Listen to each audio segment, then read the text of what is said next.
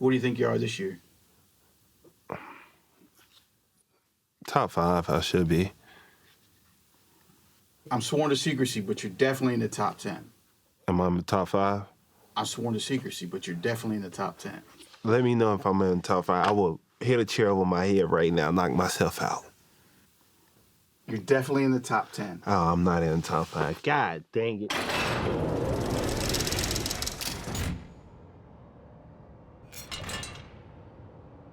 Chris Jones is just one of those guys, and that you always circle and you game plan for.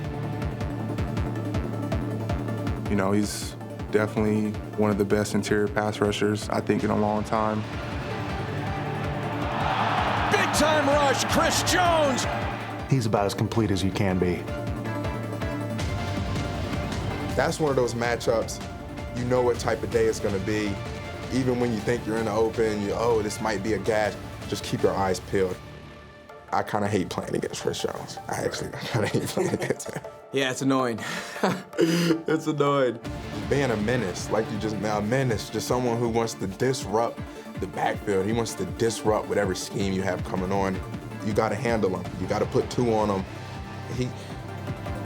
In 2022, Chris Jones was named first team All-Pro, finished 3rd in the Defensive Player of the Year voting, and led all interior linemen with 15.5 sacks.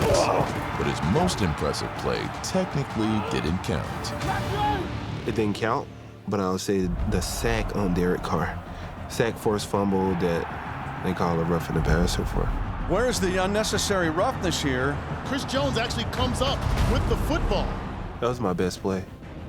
The biggest play number 95 made last season sent the Chiefs to the Super Bowl. When the lights are at its brightest and he needs to make a play, it always seems to be him making it. Own your defense. Don't let 95 split us. Biggest play, probably AFC Championship game. Sacking Joe Burrow. Chris Jones, need to see you, 95. 3rd down and 8. Cincinnati, Burrow retreating. And now he's going to be sacked. Down he goes. Down he goes. Chris Jones destroying the blocker on the near side. For me, the biggest play that Chris made this year was in the AFC Championship game. Getting the sack on Joe Burrow. They have a guy like Chris Jones who makes those big plays happen. That's the reason that we even got to the Super Bowl. On the previous 2 plays before that play, I lined up inside, and they were just sliding to me, so I don't think they knew I was going outside. I actually thought I was going to get chipped by the tight end. I noticed that the tight end was on the line, so usually when the tight end is on the line, it's like a chip release. But the tight end didn't touch me. So I was like, okay. So it's just me and the right tackle one-on-one. Grabbed the top of my jersey pad and I ripped through it. Ended up getting a sack, and I knew it was game over. Excellent job by Chris Jones. Need the big play, the stars to shine on center stage. Bye-bye. Waved a hand, and yeah, that was a surreal moment.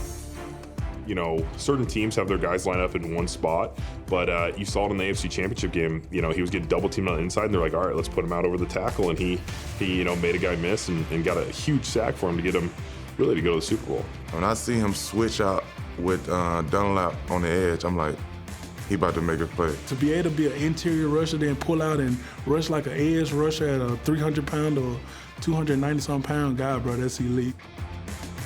Being so good with his hands, having pretty good get off for his side, so he's able to rush off the left side, the right side, the end side. You know, once he gets those hands on a tackle, they don't know what to do with him. And he hits you with a cross chop or a swipe, or he hits you with a long arm and a club.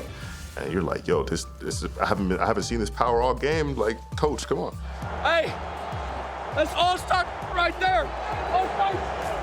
When I seen that, I'm like, this why he, you know, up for Defensive Player of the Year. And, you know, quite frankly, I think he deserved to win Defensive Player of the Year. It's like the blueprint. Like I tell people all the time, like what I want to become, like the closer, the elite guy to step up in the end.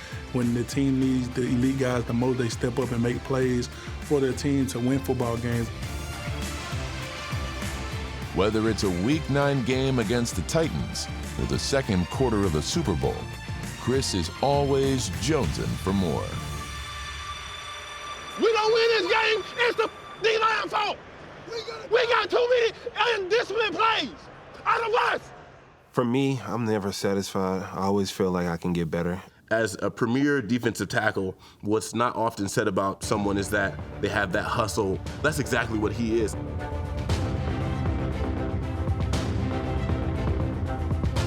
That point in time in the game, I didn't have a tackle, I didn't have a pressure, I had nothing. So in my head now, in order to get a tackle, I gotta do something extraordinary. And I seen him throw that little route, and I'm like, okay. And I ended up running him down. I give props to Joe Cullen, man. I was waiting on it. I been waiting on it.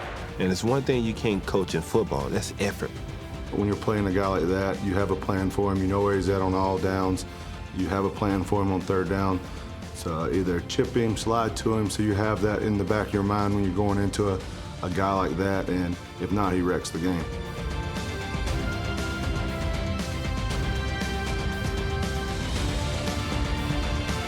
He's been up there, neck and neck with AD for a while, and I think he's trying to take over, have his time at the top, and he had a hell of a year. Top 10, I'd be cool. Out of the top 10, I'll start watching.